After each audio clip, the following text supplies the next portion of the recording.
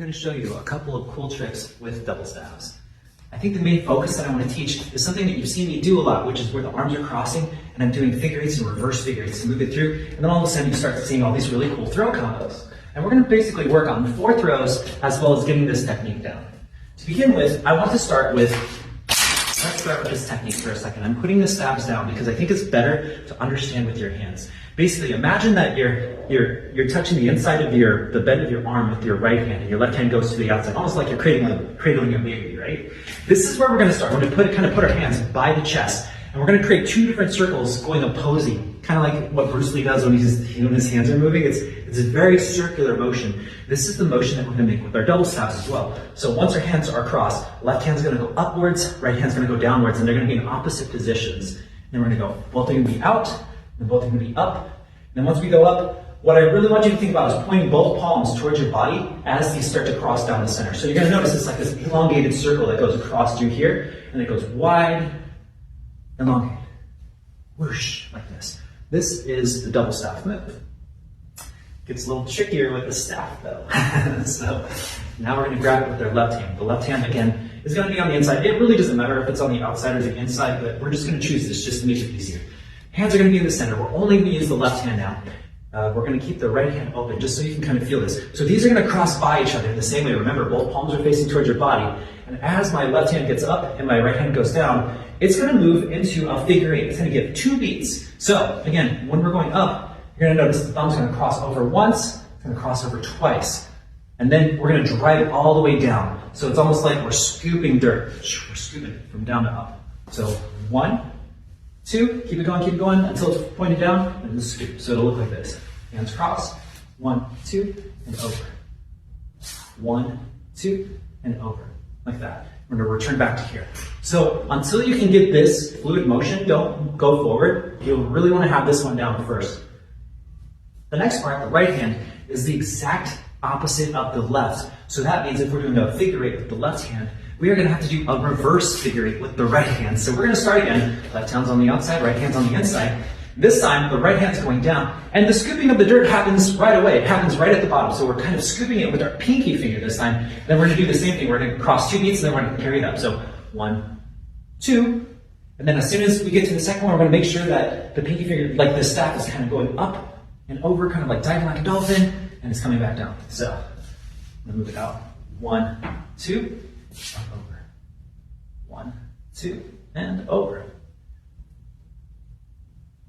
Do this with both individually first. Do it individually first. It's going to be a lot easier. And then try it with both stabs. Don't feel frustrated. It's going to take a while to get both of these to move simultaneously. I'm going to move back just so you can see what it looks like. It will look like this. Cross. One goes up, one goes down. They're both going to start moving in the same direction. And voila, here. Sometimes I like to kind of push this with my pinky finger so I have it open in my fingers as opposed to gripping it with my palm. This makes it a little bit harder to twist. As you'll notice, these twists are a lot harder. But if I take it over into my fingers, it's a lot easier to twist. I can add more of a wrist because we have a little bit more length there. So if you're having problems getting these extensions to look really nice and smooth, see if you can pull it over towards your fingers. It's going to be a little bit more control, so you may need to start with just a fist to start with and make sure, the planes may not be perfect, but once you dial it in, you can open it towards your fingers. So again, we're going like this and this. This is all I want to show this current technique. The thing I want to show you next is the fact that you can throw really easily. All you have to do is overshoot your hands and create an X. So right now, we're kind of going into the bicep, right? We're not allowing them to cross because the hand is just on the inside of the arm. But if the hand goes to the outside of the arm, we can basically create this X that happens. And that means that you're going to be stuck.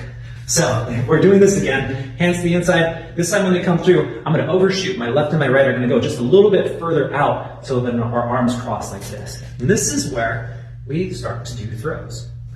The throw that I'm going to teach you, the very first one, is going to be the easiest one, and that's going to be the left hand, because what you're going to notice is the left hand's doing that figure eight, and it's coming up. So since it's coming up, it's going to be a lot easier just to straight up and down, we're going to throw it. So what you're going to practice, again, just have one staff in your hand again. We're going to go under here, and as they start to cross, you're going to throw it the moment your hands would bump into each other. So get your hands just to about bump, and then you're gonna throw it up. Now, as you throw it up, this hand needs to keep moving, because otherwise, your hand's gonna be in the way. If you throw it up, you have to catch it over the top of your hand. So what's gonna happen is like this. Here, throw, keep the hand moving, catch. Throw, catch. Throw, catch.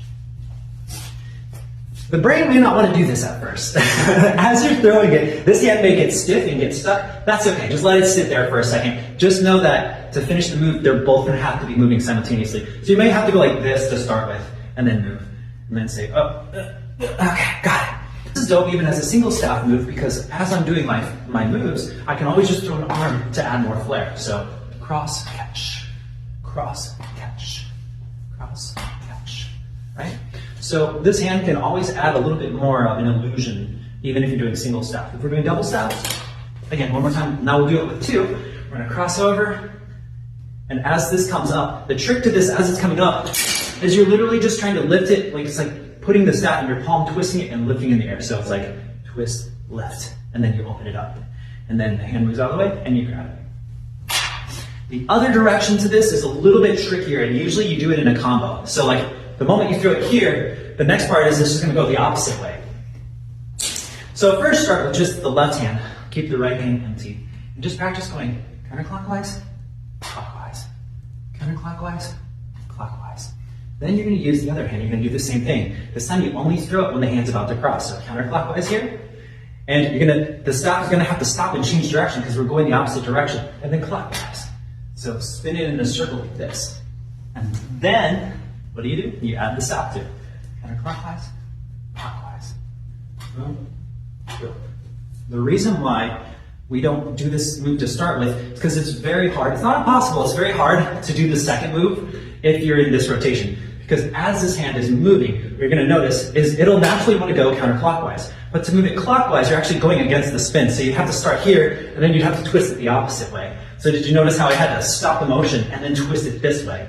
This is why it's usually easier to go the same direction and then reverse it once you catch it, because you have like a stall or just like this nice pause. You can do it, it's just a lot harder. Now I have two more I'm gonna show you, and it's pretty simple. We're using the right hand now. And the right hand's gonna be very similar, but there's gonna be a slightly different technique. So we're crossing out, let's just do it with with the right hand for now. We'll open up the left. We're gonna cross it out like this.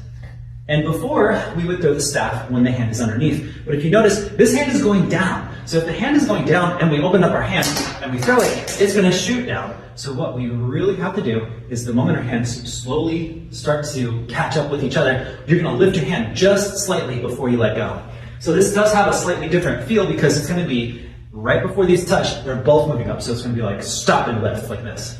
Almost feels like an anti-spin kind of thing. But we definitely want to like lift it up first so it'll look like this. Again, whoosh.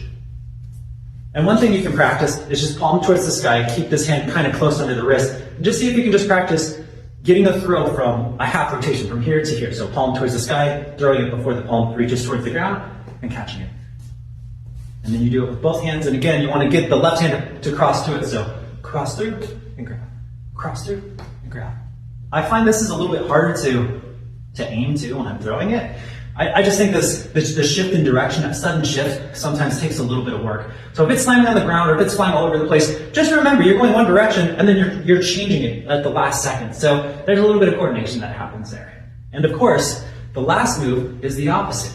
The last move is where we're going to flip it the opposite direction. Now the good news about the right hand is because we have to stop it anyways to lift it, we can technically it's going to be a little bit easier to reverse the direction when we catch it because we're already stopping it to move it upwards just a little bit. But generally speaking, just like with the left, if you throw it in the direction that it's going, it's easier to take the second one and throw it in the opposite direction. So from counterclockwise to clockwise.